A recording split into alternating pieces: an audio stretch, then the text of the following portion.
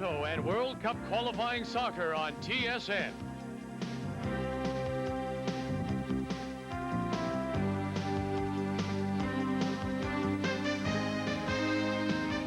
Today from Varsity Stadium, it's the return match as Canada hosts Jamaica. And the conditions are perfect for November the 1st. Temperature at +2 Celsius. It is sunny, clear. There is a breeze, and that wind chill is now -7. Hello, everybody, for this World Cup qualifying game here in Toronto at Varsity Stadium. Canada against Jamaica.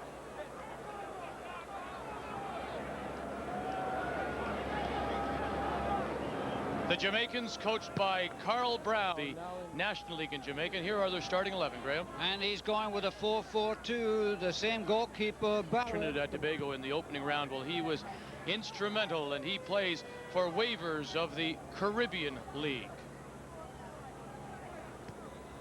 The starting 11 now for the Canadian head coach, Bob Lenarduzzi. And he's forced to make changes in his 4-3-3 lineup. Dolan plays in goal instead of Forrest. The same back four, Yallop, Samuel, Sarantopoulos, and Sweeney. In midfield, Valentine, Miller, and Norman. And up front, Dale Mitchell, Alex Bunbury, and the youngster Paul Pescisolido. Pescisolido hooks it. Colin Miller, little clutch and grab. Norman, too far, Pescisolido. Corbett couldn't control.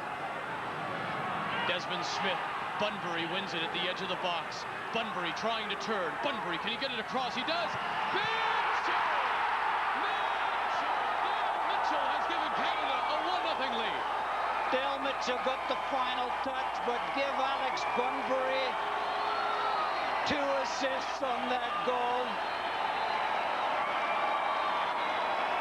Goalkeeper Barrett has done everything he could. He had no chance at all with that header by Mitchell, but Alex Bunbury made that goal out of sheer hustle.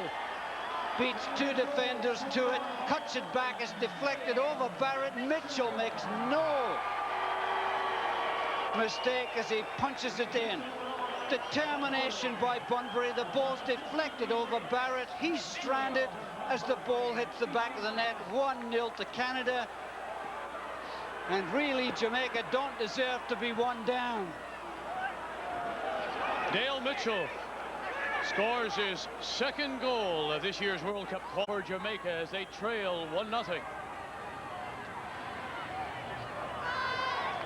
Gaynor, as Coach Carl Brown looks on, looking for the tying goal. The Canadians, remember, got their tying goal in Kingston with 4 minutes remaining.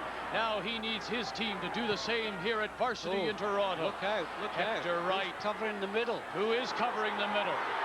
Who is covering the middle? Hooper comes over. I can't believe this. He's given an indirect free kick. Excuse me, folks, especially in Jamaica, because this is a bit of a farce.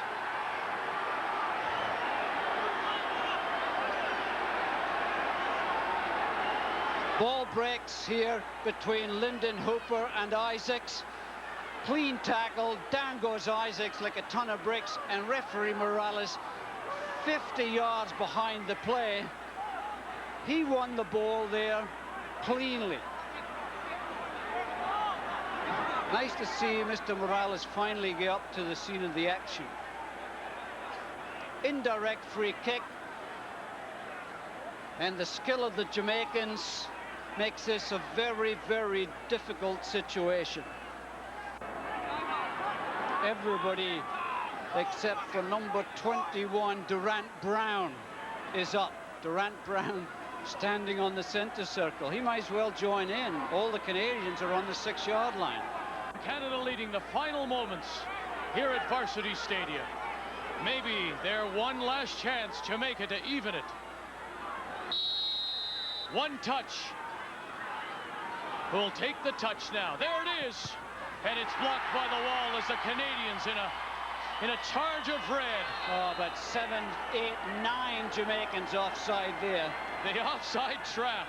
And that's about the worst free kick I have ever seen in my life.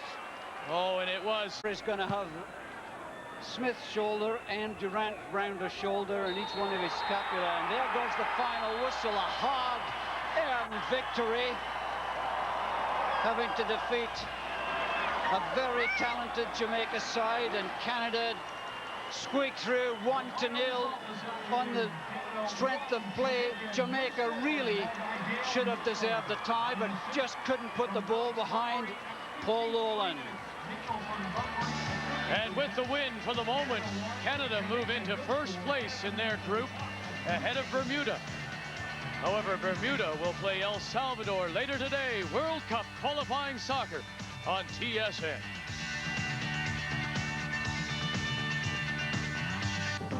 Lineups for this opening game for Canada against Honduras, and this is the 11 that Tony Waiters will put on the field. Strong side playing 4-3-3. Craig Forrest in goal. Yallop, Watson, young Mark Watson starting, the Olympian. Ian Bridge centre back along with Watson, and Colin Miller at left back. In midfield, Limniatis, Mitchell and Lowry, and up front, Valentine, Catliff and Scott Munson, another member of our Olympic side. Honduras, very explosive, experienced and skillful. Vilmar Cruz in goal, Anariba, Castro, Martinez and Zapata at the back. Yearwood, Funes, Espinoza in the middle, and Dolmo, Bennett, and look out for Calix, not a bad player. The three front players, very skillful. When you look through midfield and gives it away.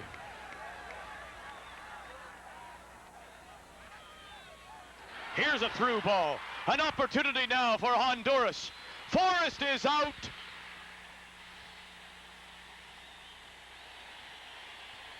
And he's given a penalty kick, and he could well card Forrest for this new rule. Last man back, it's an automatic red card, and now Canada really is in trouble because Carlo Marini, the backup goalkeeper, will have to come on. An innocent looking tackle by Craig Forrest, but the new FIFA rule is if you are the last man back and you prevent the breakaway by committing a foul, then it's an automatic red card. You have a look at this.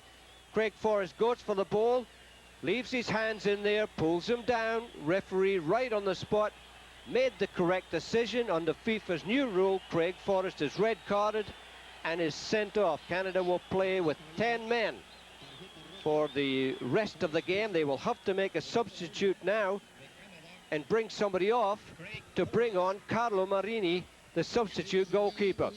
Forrest can take no part in the game from now on.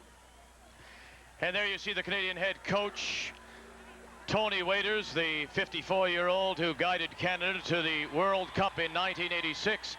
Obviously very concerned because Forrest is the veteran, and the second keeper, the reserve keeper, is 18-year-old Carlo Marini, somebody I think they didn't expect to put into the lineup. Another look. Well, the whole thing started because Carlos Ortiz, the far side linesman, did not give offside on the through ball, but this is a good run. Clever play by Bennett to take it past Forrest. Forrest definitely brought him down, and the rule states he has to go. The Canadians don't like it, but that's FIFA's new rule. Had Colin Miller or Mark Watson pulled them down on the breakaway, they would have been red carded. So I still think on the initial through ball that Bennett was a good yard offside, but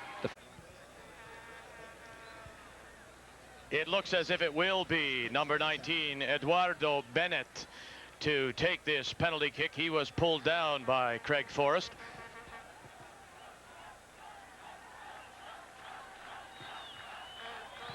Mr. Angeles trying to get the game back underway, but it's taken some time. Young Carlo Marini playing mind games as he wanders around Bennett and ambles back into the center of the goal.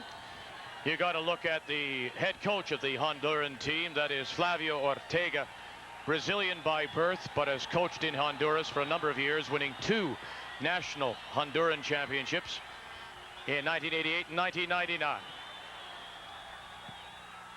Beautiful. And it's 1-0 for Honduras on the penalty kick. by Eduardo Bennett.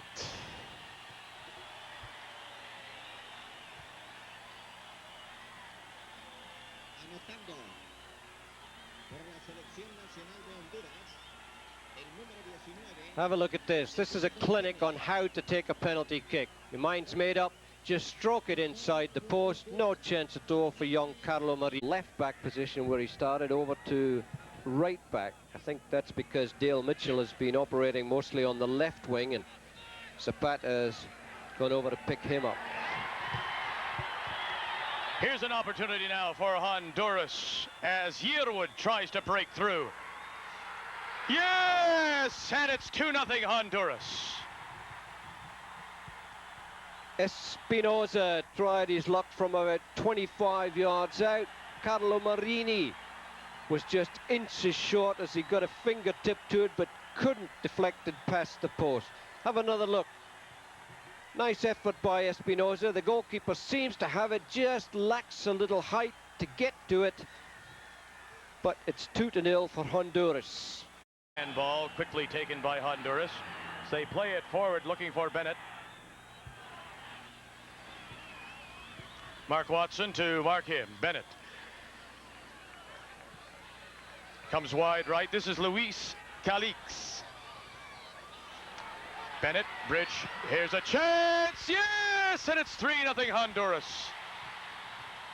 Luis Calix on the give and go. And a well-worked goal for Honduras gives them that 3-goal edge. Beautiful play by Calix, shielded well by Dolmo. Calix follows up to take the return ball and gives Marini no chance as he... World Cup that will be held, of course, in the United States. And even now, after not being seen for a couple of years, Mexico would have to be the favorite to earn that spot. The United States will be, of course, the host country and gain automatic entry. Marco Arriba gets it across. Yes, Eduardo Dolmo, and it's 4-0 Honduras. And it looked so easy, you almost had to think that the linesman had put his flag up or the referee had blown his whistle, because the red shirts just stood and watched Dolmo knock in the goal. Great run by Arriba, cuts it across beautifully. There's a nice finish, no chance at all for Carlo Marini, the youngster.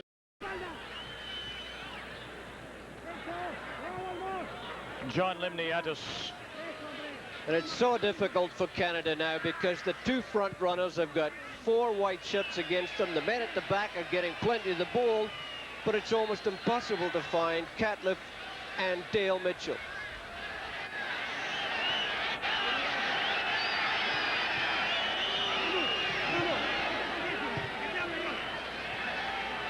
Colin Miller to take this throw in.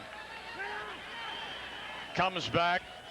Valentine looking for Catliffe. Left foot still there. Yes! Dale Mitchell, and Canada is on the board. And the first time in a long, long time that Canada has got behind the back 4 of this Honduran side. Good play to set up Catliffe. He really didn't want the ball from Valentine there, but he got to it first, hit it strongly. Good save by Cruz, but Dale Mitchell follows up to put it in the back of the net. Great ball by Carol Valentine. John Catliffe, as I said, didn't want it originally, but managed to get to it first, hits it well, and the old veteran Dale Mitchell knocks it into the back of the net.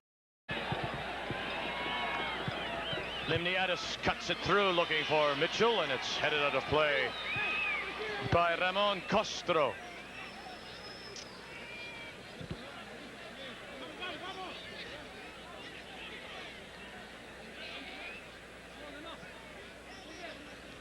Colin Miller has moved up to take the throw in for Canada.